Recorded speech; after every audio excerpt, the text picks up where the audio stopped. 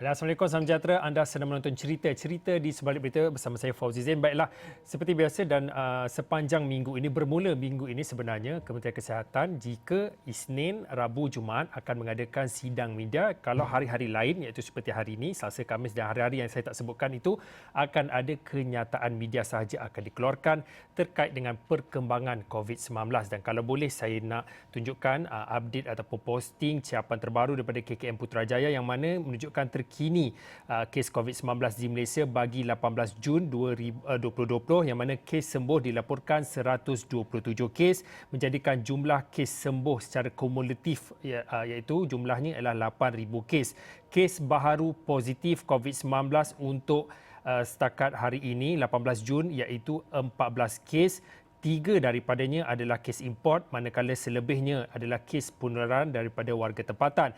Jumlah positif ataupun jumlah keseluruhan kumulatif positif kes COVID-19 adalah 8,529 kes dan hari ini juga dimaklumkan tiada sebarang kes kematian. Dan pastinya anda boleh dapatkan perkembangan dan juga laporan ini akan kami sisipkan dalam astroawani.com dan juga dalam laporan buletin awani selepas ini. Dan pastinya untuk waktu ini selain daripada kita bercerita tentang COVID-19, kita masih lagi menumpukan perhatian kita tentang normal baharu kerana kita masih lagi berada dalam fasa pemulihan ataupun disebut sebagai PKPP, iaitu Perintah Kawalan Pergerakan Pemulihan.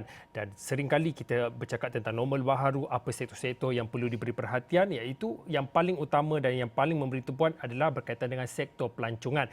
Dan pastinya selain daripada kita bercerita tentang fasa pemulihan dan juga cerita pasal COVID-19, sektor pelancongan juga perlu kita beri perhatian kerana dalam Perintah Kawalan Pergerakan Pemulihan ini, rentas negeri itu dibenarkan, maka pelancongan domestik, pelancongan dalam negeri juga dibenarkan.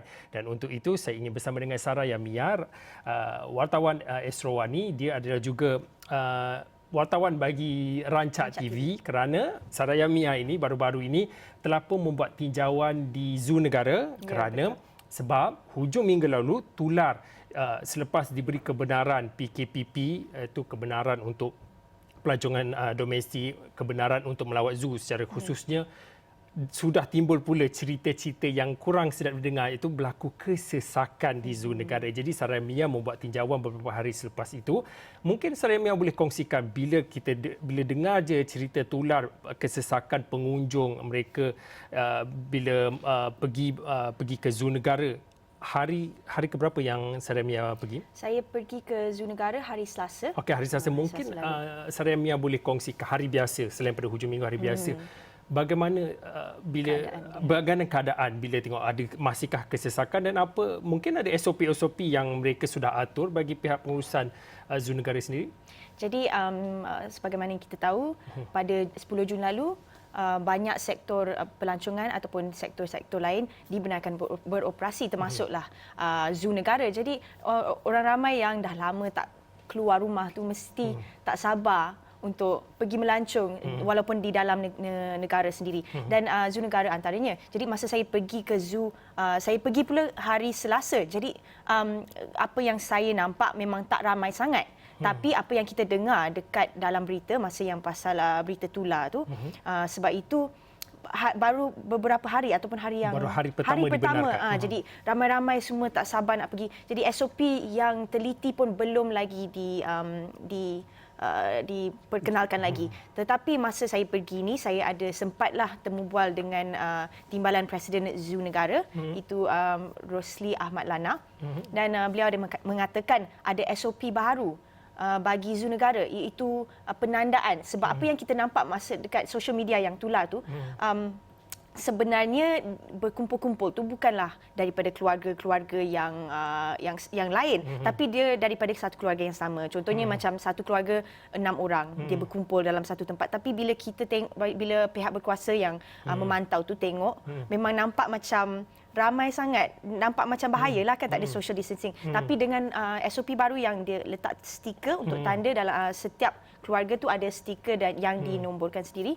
Jadi itu lagi senanglah untuk pihak berkuasa untuk memantau. Okey, sebelum saya nak minta Mia jelaskan apa SOP-SOP yang digariskan oleh pihak pengurusan Zoo Negara ini. Kalau boleh, saya nak bacakan sedikit ini artikel yang ditulis oleh Saraya Mia khususnya di Rancak TV. Zoo Negara tetap best walaupun dalam masa PKPP. Anda boleh baca beberapa poin-poin yang cukup menarik sebenarnya saya rasa. Ada beberapa perkara, 5 perkara yang anda boleh jangkakan ketika mengunjungi zoo ketika PKPP ini. Seperti yang dikatakan tadi, ada penanda yang ditandakan kepada pengunjung-pengunjung, juga bagi pengunjung-pengunjung yang hadir di situ, mereka juga akan diperhatikan oleh dan juga didisiplinkan, diperhatikan oleh abang polis dan macam-macam lagi lah. Anda boleh ke Rancak TV untuk mendapatkan artikel penuh yang ditulis oleh Saraya Mia. Tetapi sebelum itu, kalau boleh kita nak mainkan sedikit apa yang disebutkan oleh Timbalan Presiden Zoo Negara berkaitan dengan SOP baru. SOP. Dan ada satu tambahan, kita buatkan kekeliruan pada hari Sabtu ini, ramai family jadi orang nampak berkumpul dan sebenarnya banyak family. Jadi kita untuk family sekarang kita dah buat tagging. Kalau family yang pertama datang, kita akan tandakan di bahu mereka, kita tulis nombor 1 macam tu. Jadi bila dia berkumpul, kita boleh lihat. Ya, bila kita dia berkumpul, kita boleh lihat dan pemantau dari MKN pun tahu itu adalah family. Kadang 5-6 orang sampai 8 orang, dia boleh duduk bersama, dia boleh makan bersama. Okey, seperti yang anda saksikan tadi adalah sedikit petikan dan saya pasti temu ramah yang panjang itu akan disiarkan dalam Rancak TV. Mungkin Saraya Mia boleh kongsikan, tadi dah cakap pasal tagging yang perlu ditandakan kepada pengunjung yang hadir ke Zoo Negara. Mungkin apa lagi SOP-SOP yang dilaksanakan di Zoo Negara sepanjang PKPP ini? Jadi sama seperti tempat-tempat lain, mesti ada cek suhu badan dekat tempat masuk sebelum masuk Zoo Negara. Dan apa yang saya tak pernah nampak dekat mana-mana tempat lain adalah tempat untuk sanitize kaki atau kasut. Jadi dia masuk je kat dalam zoo tu. Semua pengunjung perlu langkah je ke dalam benda bekas tu dan saya percayalah ada dalam tu ada sanitizer ataupun alkohol. Jadi lepas tu masuk kat dalam pada hari Minggu atau hari Minggu tak ramai sangat orang. Jadi pihak berkuasa ataupun abang polis dan juga JBPM, ATM, Rela dan sebagainya tak ramai sangat, tetapi diorang lebih ramai pada hujung minggu. Jadi memang kalau anda datang ke Zoo Negara pada hujung minggu tu mungkin lebih sesak dan lebih ramai pihak berkuasa yang akan memantau setiap pergerakan anda. Okey, petugas keselamatan ditugaskan dan juga ditempatkan di Zoo Negara untuk memastikan kawalan kendiri yang selalu kita sebut tentang social distancing, penjarakan sosial, kebersihan dan sebagainya. Seperti yang Saraya Mia tulis, juga diperhatikan oleh abang polis, anda akan ditanda ataupun di-tagging. Ada sesuatu yang agak menarik yang kalau boleh saya nak tanya kepada Saraya Mia. Biasanya kalau pergi Zoo Negara, antara tarikannya seperti dalam visual tadi, iaitu berkaitan dengan persembahan haiwan-haiwan yang ada dalam Zoo Negara ini. Ada perbezaan kalau dalam tempoh PKPP ini? Ya, jadi bagi persembahan haiwan yang merupakan antara tarikan utama untuk pengunjung zoo ni, biasanya ada satu sahaja pada jam 12 tengah hari. Tetapi oleh kerana lebih ramai orang yang datang pada hujung minggu, dia akan membuat 2 kali show atau 2 kali persembahan. Jadi saya sempat tanyakan kepada Encik Rosli, itu yang timbalan Presiden Zoo, beliau mengatakan yang haiwan-haiwan ini memang mampu untuk melakukan persembahan 2 kali sehari untuk pengunjung-pengunjung zoo. Okey, Saraya Mia, kalau diperhatikan di skrin ketika ini adalah antara beberapa kepingan gambar yang diambil sendiri oleh Saraya Mia. Dan sebenarnya saya nak kaitkan dengan kalau ikutkan juga tular selain pada kesesakan berkaitan dengan haiwan yang kelihatan sedikit turun badan ataupun kurus. Dan juga Saraya Mia juga ada tulis memberi sedikit penjelasan hasil daripada temu bual. Kalau boleh saya naikkan sedikit, kalau boleh minta rakan-rakan PCR, kita baca sedikit artikel ini, iaitu sibuk mengawal sampai tak makan punca singa Zoo Negara menjadi kurus.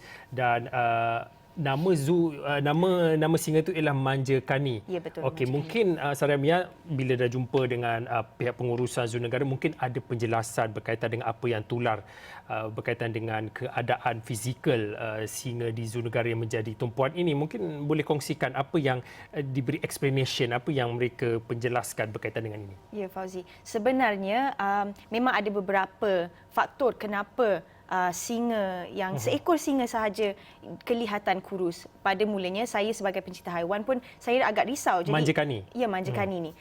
Tetapi haiwan-haiwan lain dan singa lain semua keadaannya normal. Tetapi seekor sahaja singa jantan yang berusia 15 tahun, iaitu agak tua, dikatakan agak tua, yang paling tua di zoo negara ni, kelihatan kurus oleh kerana ia musim mengawan. Dan saya ditanyakan kepada Encik Rosli dan beliau mengatakan bahawa ini perkara yang biasa bagi spesies singa ni.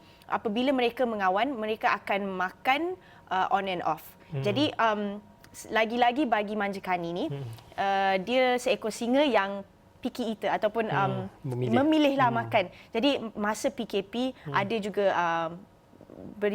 portal berita yang mengatakan ataupun melaporkan bahawa zoo negara tak dapat daging. Daging pada waktu PKP itu antara salah satu sebabnya yang Manja Kani sebenarnya tak suka makan ayam. Dan masa PKP ini mereka bagi Manja Kani makan ayam dan dia memilih, jadi dikurang makan. Tetapi seminggu lepas baru mereka dapat stok daging tu dan dia dah mula makan semula dan lebih selera. Perubahan daripada segi jadual pemakanan dan juga selera Manja Kani itu sendiri. Satu lagi nama kalau saya baca dalam artikel Sarah Mia tulis ini, Manja Ella. Manja Ella.